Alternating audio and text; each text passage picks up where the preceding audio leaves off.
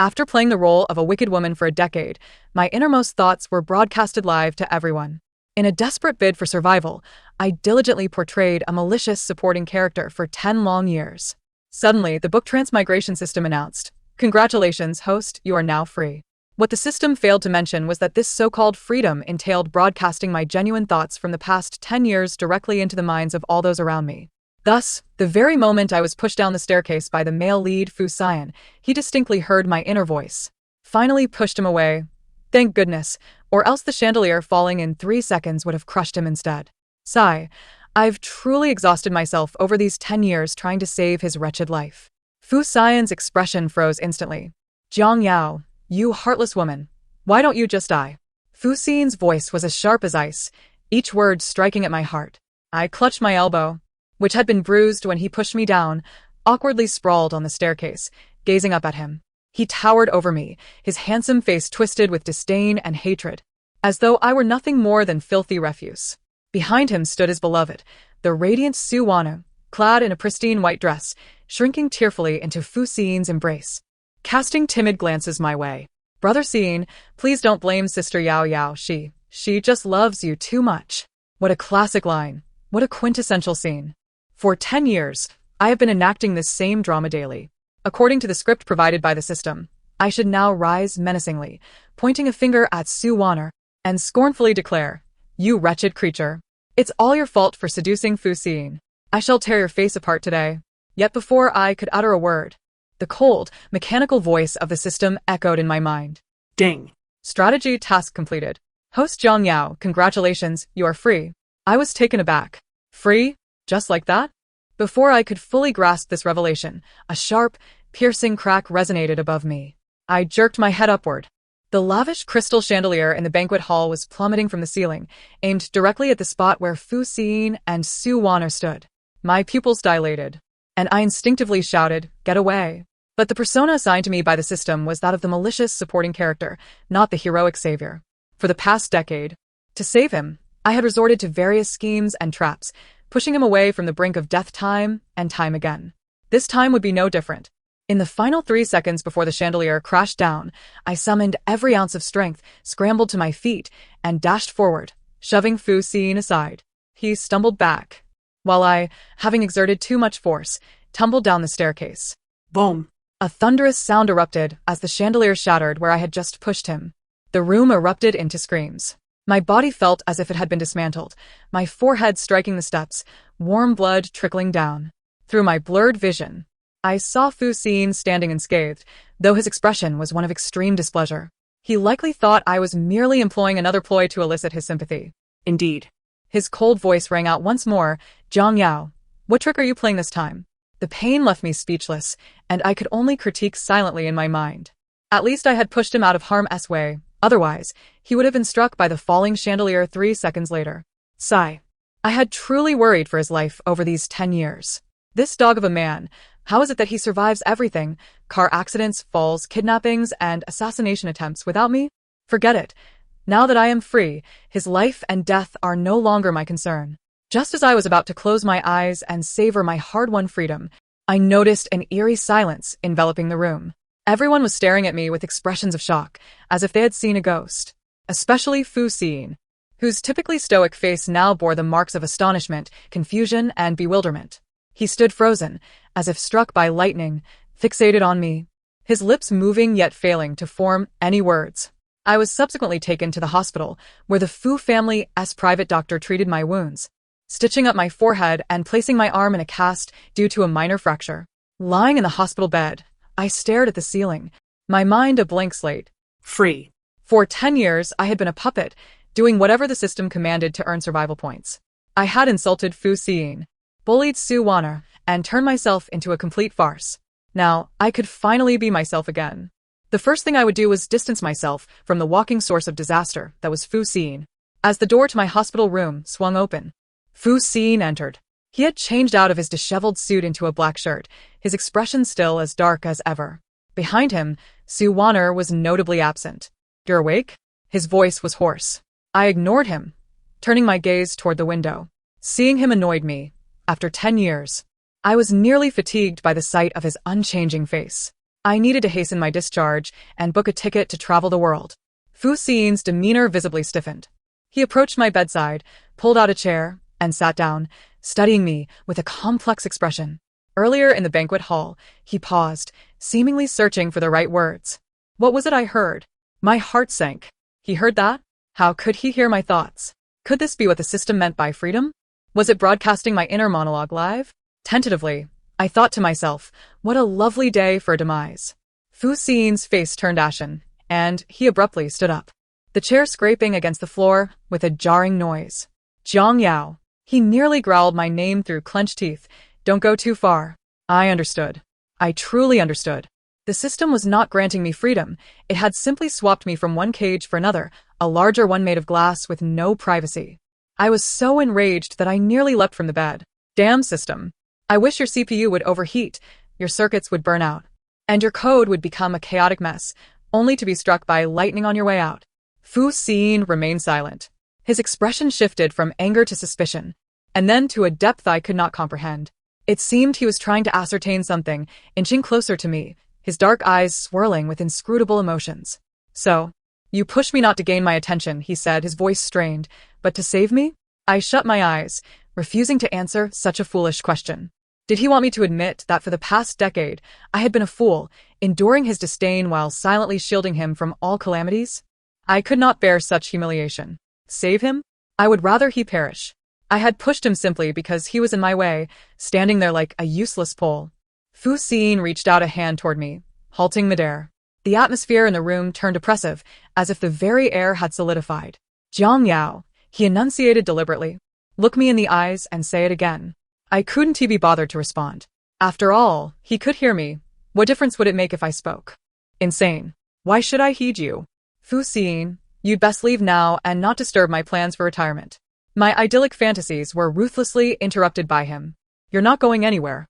Fu Xin's cold voice cut through as he retrieved his phone and dialed a number. Cancel all of Jiang Miss' passports and identification documents. She is not permitted to leave the city without my consent. My eyes flew open in disbelief as I stared at him. What the hell? Fu Xin, have you lost your mind?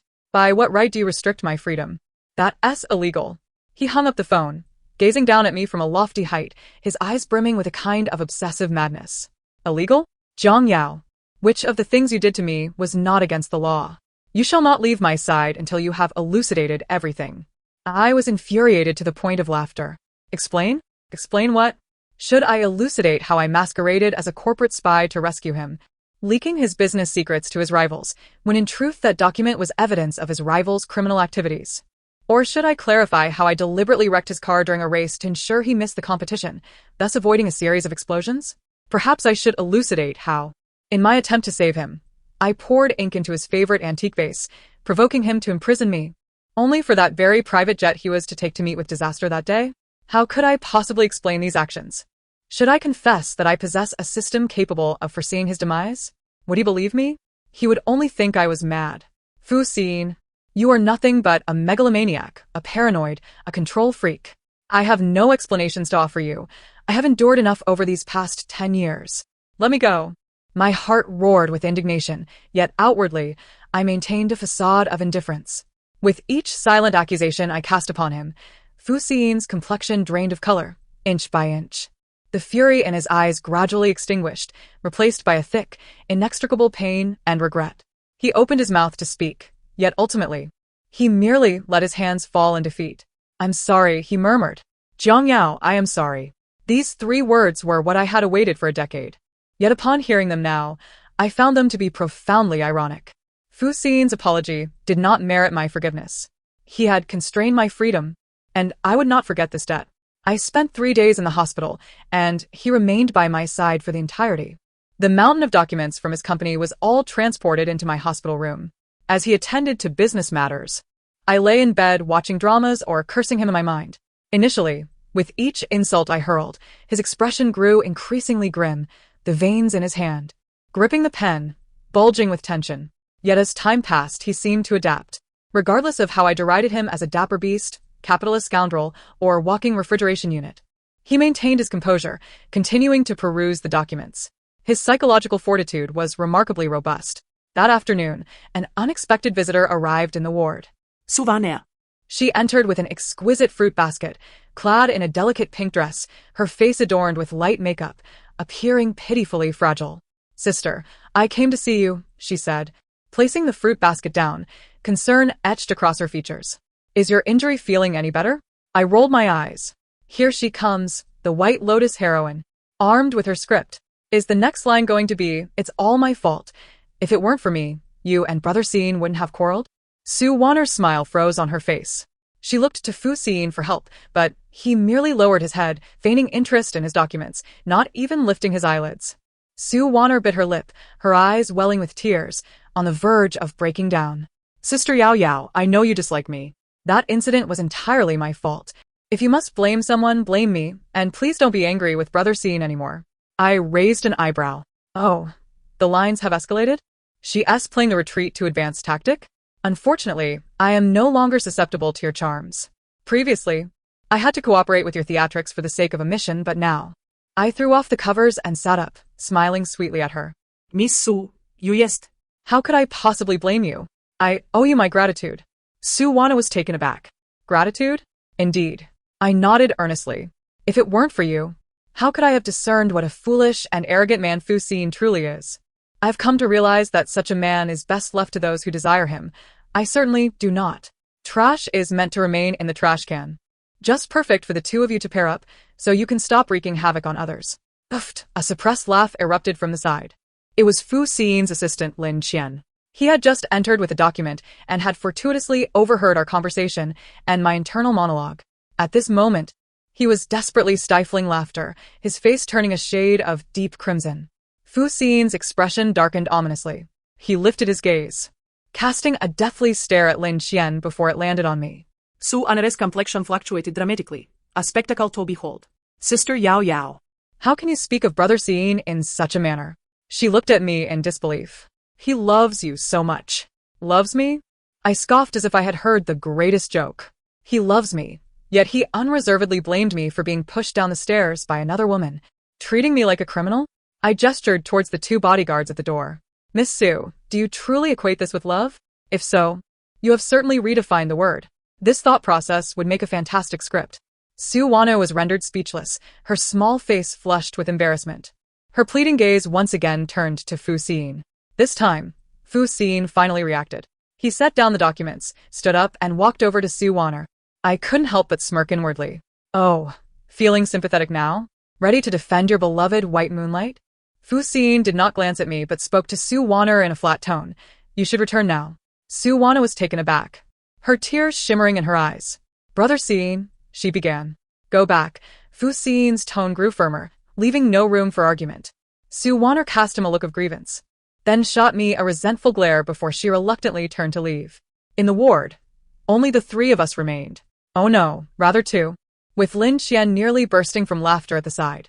Fu Xin turned back to me, his gaze inscrutable. "Jiang Yao," he began, his voice somewhat hoarse. "I was in the wrong regarding the past. I apologize to you. However," he shifted his tone, "I will not let you go." He stepped closer, his fervent gaze locking onto mine. "You are right.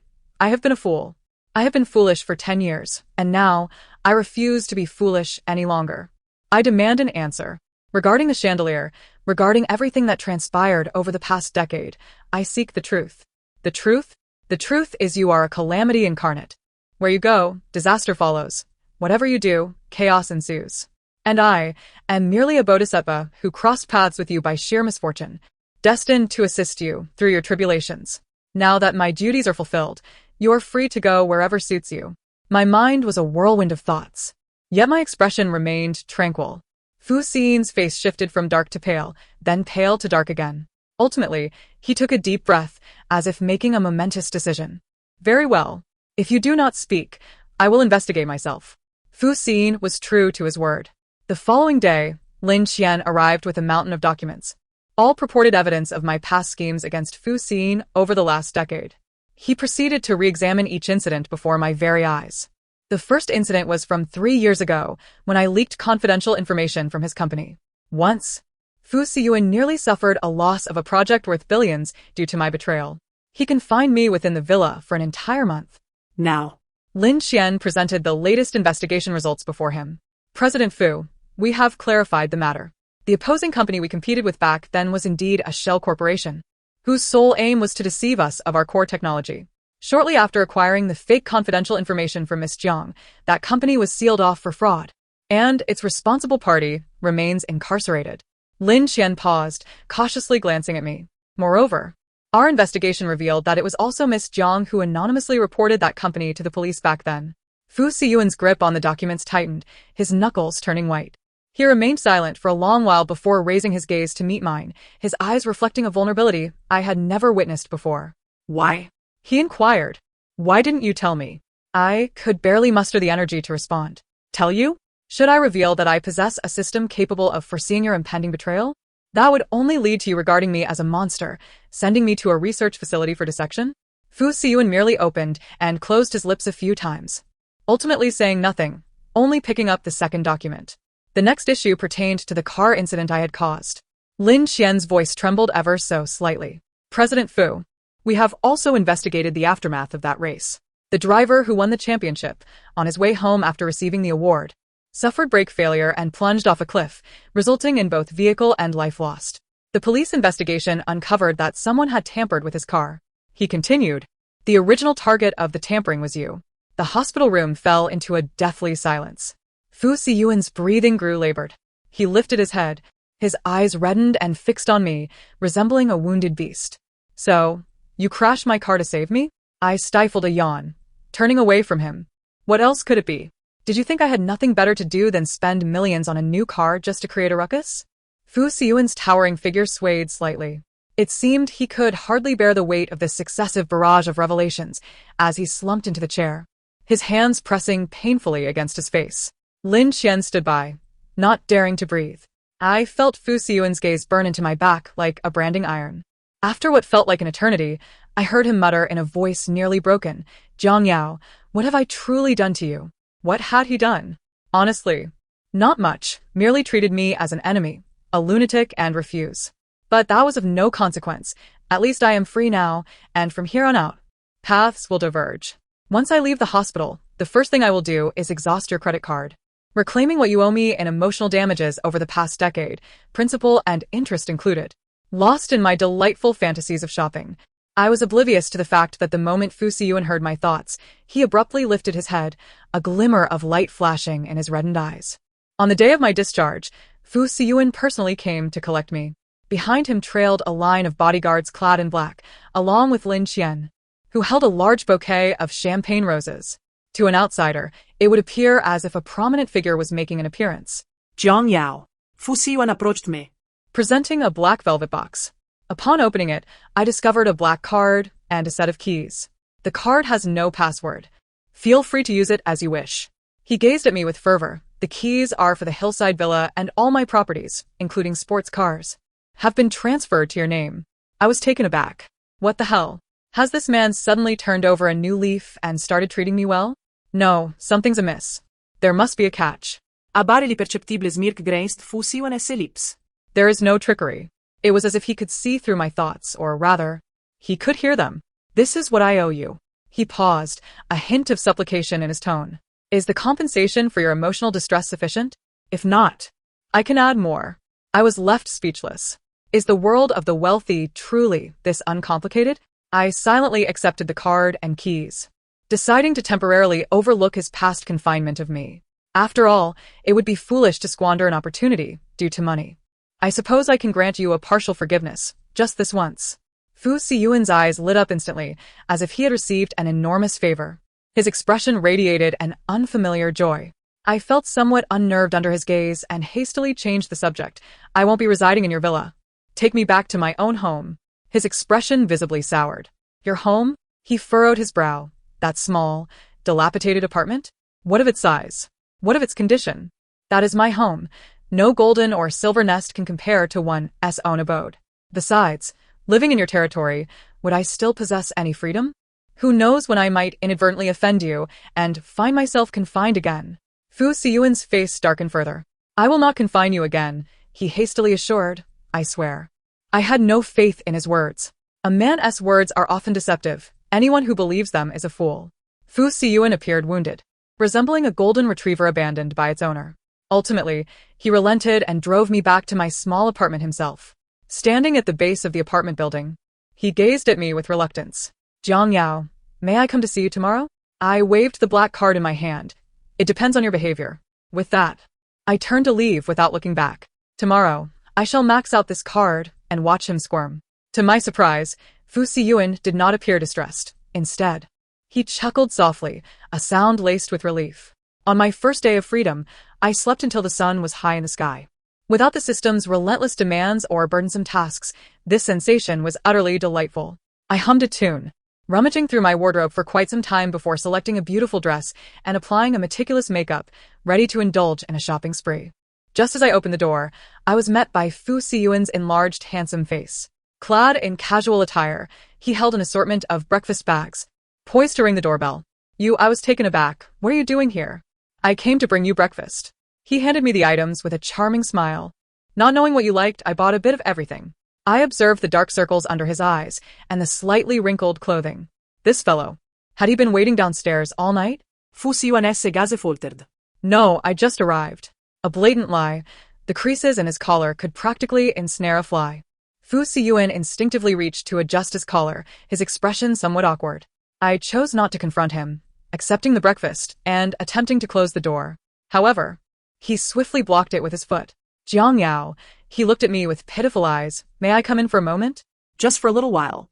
As I gazed upon his strikingly handsome face, which could incite both admiration and envy, paired with an expression reminiscent of a puppy's, I felt a momentary softening of my heart. Perhaps it was due to his gestures of goodwill, bringing me money and breakfast, that I decided to permit him entry. After all, there were certain matters that needed addressing. Fu Siyuan's eyes sparkled with delight as he promptly squeezed through the door.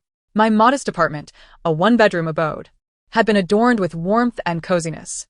However, upon his entrance, this towering figure, over 6 feet tall, rendered the space somewhat cramped. He awkwardly stood by the entrance, resembling a child caught in a misdeed, unsure of where to place his limbs. Make yourself comfortable, I gestured toward the sofa. Obediently, he sank into the seat, his posture impeccably straight. I placed the breakfast on the dining table, poured myself a glass of water, and took a seat across from him. Fu Siyuan, I stated directly. We need to talk. Immediately, he straightened in his seat, adopting a demeanor of attentive seriousness. I understand that you might feel guilt or curiosity towards me at this moment. I continued.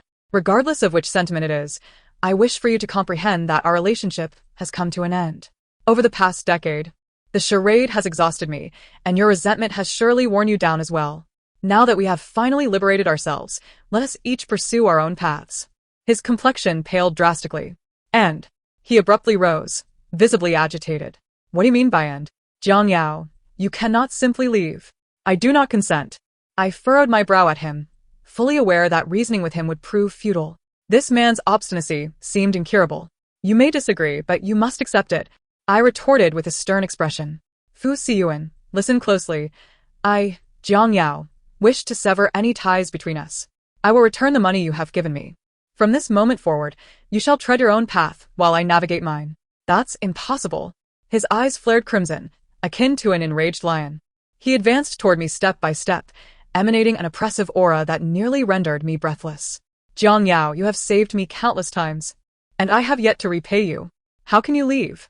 You wish for me to stay? Only if I were to die.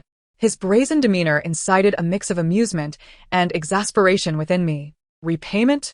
The best form of gratitude you could offer would be to remain at a distance. And unless I die? Do you believe I would shy away from that threat? Would you like me to procure a knife so that we could meet our demise together? Before I could finish my internal monologue, Fu Siyuan suddenly leaned down and enveloped me in his arms. His embrace was unyielding, as though he intended to meld me into his very being. The warmth of his breath cascaded against my ear. Please don't go, he murmured, his voice tinged with tremors and desperation. Jiang Yao, do not leave me. I beg you. I was taken aback by this unexpected display from Fu Siyuan. Was this truly the same individual who previously dismissed me as inconsequential? How had he transformed from a lofty figure into a clingy giant in just a few days? Release me. A man and woman should maintain a respectful distance. If you do not let go, I shall scream harassment. Internally, I struggled fiercely, yet my body remained rigid, and immobile. Fu Siyuan tightened his grip further. I will not let go. He buried his face in my neck, his voice muffled and resolute. Not for this lifetime. I was left speechless. Had he lost his sanity? Once the one pursuing me to leave, now he clung to me, refusing to let go. Fu Siyuan, do you suffer from some form of split personality? His body stiffened momentarily. Gradually, he released me but kept his hands resting on my shoulders. His gaze a tumultuous blend of emotions. Jiang Yao, I am not mad. He inhaled deeply, as if steeling himself for a momentous declaration. I love you. The thunderous weight of those 3 words left me momentarily disoriented. I stared at him, questioning whether I was experiencing auditory hallucinations. You love me? Ha! Fu Siyuan. Has a chandelier fallen on your head? What is there to love about me? Your decade-long humiliation of me? Or perhaps your treatment of me as a mere substitute? A stumbling block in your romance with Suwaner? Do not jest. Your love is a burden I cannot bear. While I internally mocked him, I could see his expression darkening. The light within his eyes dimmed, replaced by an abyss of sorrow and regret. I understand that you will not believe me. He spoke hoarsely. I know I have been an utter cad in the past. But, Jiang Yao, please grant me another chance. Allow me to compensate you. To treat you well, let me enough. I raised my hand to halt his heartfelt confession. Fu Siyuan, please retract your words. I regarded him coldly. I do not seek your compensation, nor do I covet your love.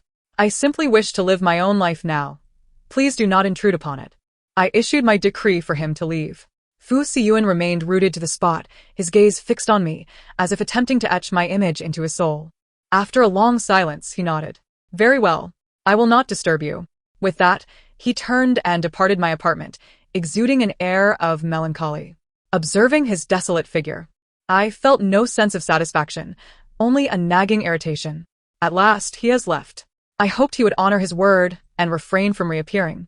However, I was far too naive. Fu Siyuan indeed ceased to disturb me. He merely adopted a more suffocating approach to remain a part of my life.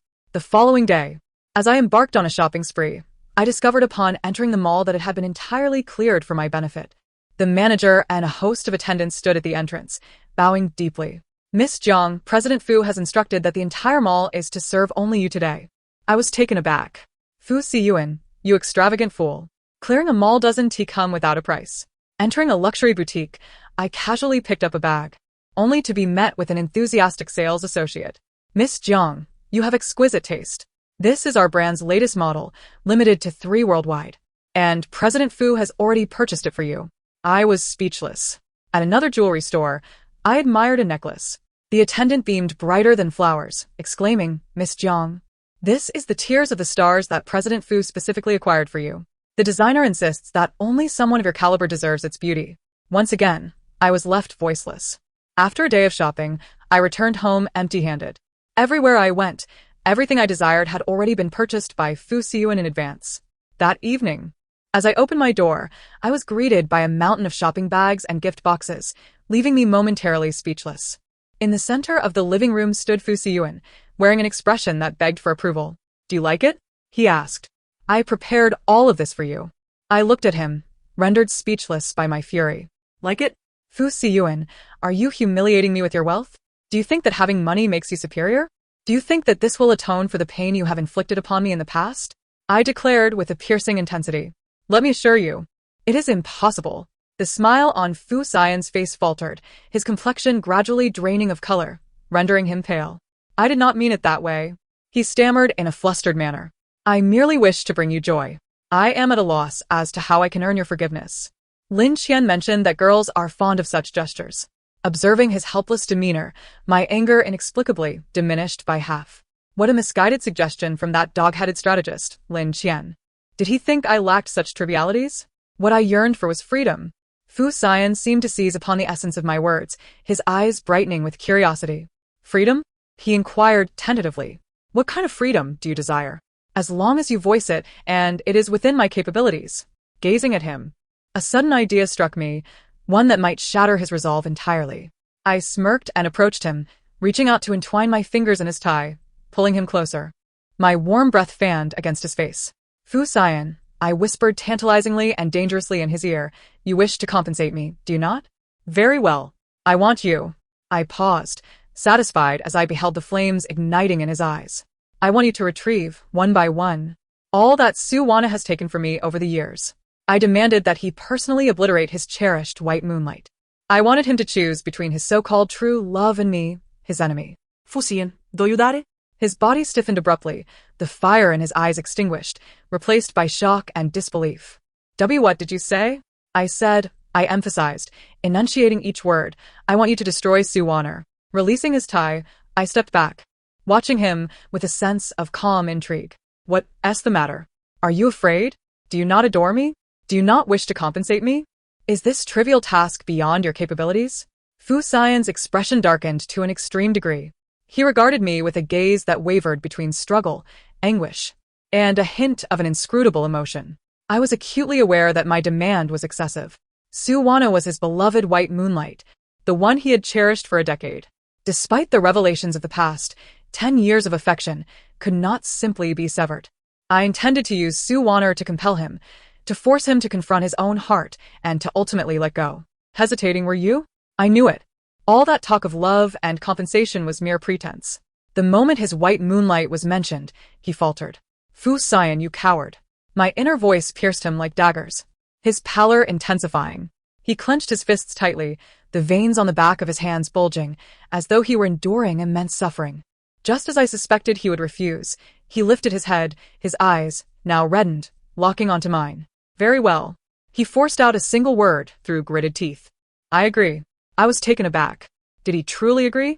Was he genuinely prepared to confront Suwana for my sake? Was this man serious? Seemingly oblivious to my astonishment, Fu Xian retrieved his phone and dialed Lin Qian. His voice was as cold as ice. Lin Qian. Notify everyone that Fu Group will cease all collaborations with the Su family.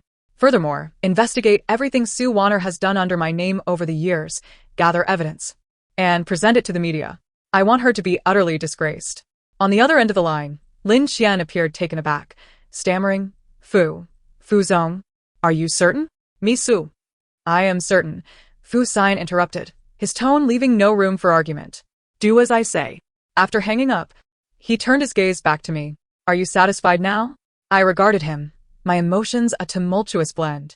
I had anticipated hesitation, refusal, or a quarrel between him and Suwana. Yet, I had not foreseen his unhesitating agreement, so decisive that it felt surreal. Could he be performing for my benefit? Pretending to agree, waiting for me to lower my guard, only to secretly assist Suwana? Fu Xian seemed stung by my thoughts. He stepped forward, grasping my wrist with a grip that was alarmingly fierce. Zhang Yao, he bellowed, is this how you perceive me, as a base and despicable villain? I have stated my intent to compensate you. Whatever you desire, even if it costs me my life, I would bestow upon you. But please, do not resort to such methods to test me, to torment me. His voice bore a tinge of pleading and despair. I beheld the redness in his eyes, and my doubts began to waver. Could it be that he truly? No, it was impossible. This had to be a ruse. I wrenched my arm from his grasp, coldly retorting, the truth will reveal itself soon enough. Fu Xian, I await your demonstration. Fu Xian's actions were swifter than I had anticipated. By the following morning, major news outlets were dominated by Suwana's scandal. Pure and innocent Suwana is, in fact, a scheming green tea. Suwana exploited the Fu Group CEO's name to suppress newcomers and seize resources. Suwana fabricated her credentials, her persona shattered. Each alarming headline was accompanied by a plethora of damning evidence, recordings, videos, contracts. Suwana's carefully cultivated image of purity and kindness was obliterated overnight, leaving not a trace. The internet erupted in outrage. Her Weibo was besieged by furious netizens demanding she exit the entertainment industry. The Su family faced repercussions as well. The Fu Group's unilateral termination of collaboration sent the Su family stock plummeting, teetering on the brink of bankruptcy. Suwana's parents, alongside her, attempted to confront Fu Xian outside the Fu Group building but were thwarted by security. Suwana knelt on the ground, sobbing heartbreakingly, drawing a crowd of reporters and onlookers. Meanwhile, I sat on the sofa in Fu Xian's office, observing the spectacle below through the surveillance footage. Ah, how the tides have turned. Not long ago, she had used her tear-streaked visage to elicit Fu Xian's sympathy, rendering me the target of disdain. Now, retribution had arrived. Fu Xian sat across from me, silently peeling an apple. He appeared utterly indifferent to the chaos unfolding below. Do you feel vindicated? he asked softly as he handed me the sliced apple. I accepted the fruit, taking a bite, savoring its sweetness and crispness.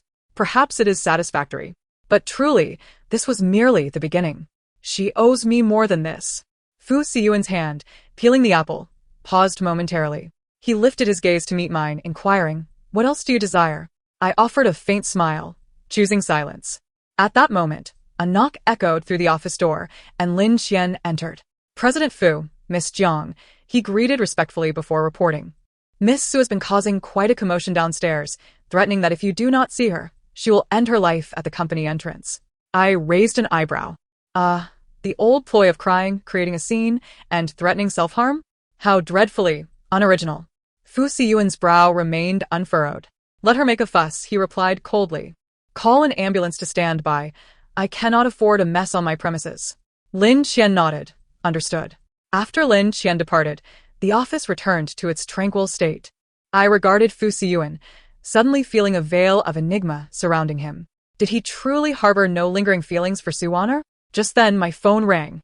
It was an unfamiliar number. I answered, and a shrill, venomous voice pierced through the line. Jiang Yao. "You wretched woman. Are you satisfied now? You've destroyed everything I had. Are you satisfied? I assure you, this is far from over. Just wait. Even in death, I will drag you down with me." The call abruptly ended. I tightened my grip on the phone, furrowing my brow. A cornered dog will jump over the wall, but what could she possibly do now? She was akin to a toothless tiger, no longer a threat. As I contemplated this, I noticed Fu Siyuan's complexion had turned a ghostly white. He surged to his feet and dashed towards me, snatching my phone with urgency. "Where did she call you from?" he demanded anxiously. "Speak quickly." His intense demeanor left me momentarily bewildered. How would I know? Before I could finish my sentence, a deafening crash resonated from the office window. A drone had shattered the glass, hovering ominously in the air. Beneath it, a ticking time bomb was secured, the red numbers displaying 0010. My pupils dilated as I froze in shock. Good heavens! Is this really happening? Run. Fu Siyuan reacted swiftly, yanking me from the sofa and enveloping me in his arms as we bolted outside.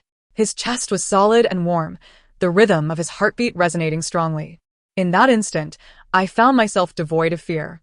9, 8, 7. The countdown on the bomb felt like a death knell. In the corridor, employees screamed in panic, scattering in every direction. Fu Siyuan held me tightly, navigating against the tide of chaos, his destination clear. The rooftop. Hold on to me, he shouted, his voice slightly unsteady from the exertion. Instinctively, I clung to his waist. This man could run quite fast, though I wondered if we would make it in time. Ah well, if death were to come, at least I would drag this insufferable man down with me, which didn't seem too regrettable. Fu Siyuan's body stiffened momentarily. He quickened his pace. "Shut up," he gritted through clenched teeth. "No more nonsense. I won't let you die." Finally, with only 3 seconds remaining on the countdown, we burst onto the rooftop. The wind whipped violently, nearly forcing my eyes shut. A helicopter awaited us, poised for takeoff.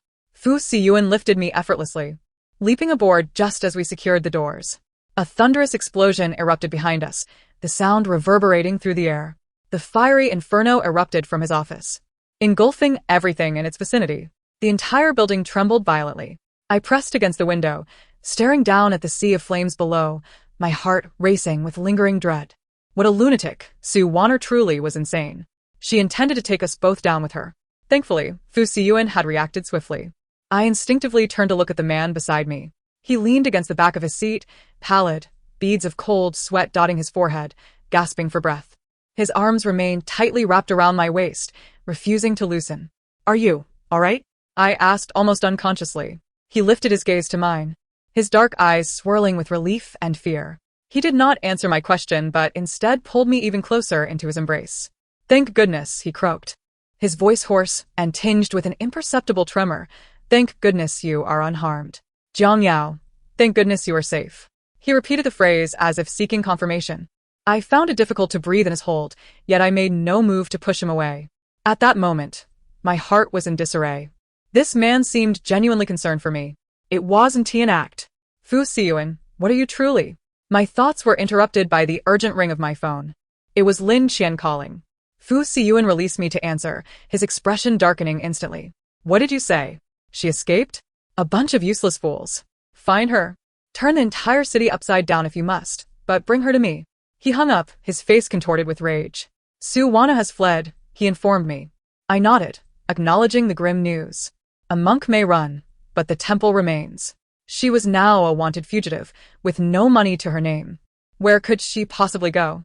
As I finished my thoughts, I heard Fu Xiyun declare in an exceptionally serious tone, Jiang Yao, from today onward, you will move in with me. Until she is captured, you are not to leave my side. I frowned, ready to refuse. Again? Did he intend to imprison me in another guise? This is not imprisonment. Fu Xiyun seemed to read my thoughts, hastily explaining, it is for your safety. Su Wanner has lost her sanity. She is capable of anything. I cannot allow you to be in any danger. His gaze was imbued with an unprecedented seriousness and resolve. I stared at him, unable to muster the words to refuse. Very well, I shall reluctantly forgive him this time. The end. Thank you for listening, and I look forward to our next story.